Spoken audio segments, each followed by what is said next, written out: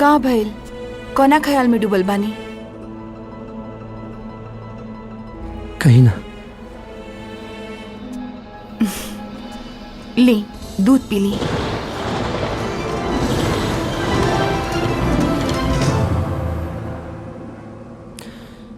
अंबिका,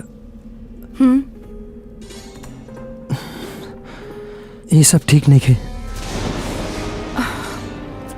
हमनी के कोनो चोरी नहीं की करत। जॉन करतानी अपन बच्चा खातिर करत बानी, ओकर मर्जी से करतानी। जब चंदा के कोनो दिक्कत नहीं खे तो रउआ काहे परेशान बानी? और ये रउआ जे भी करतानी हमनी के खुशी के खातिर करतानी। ली, दूध पी ली।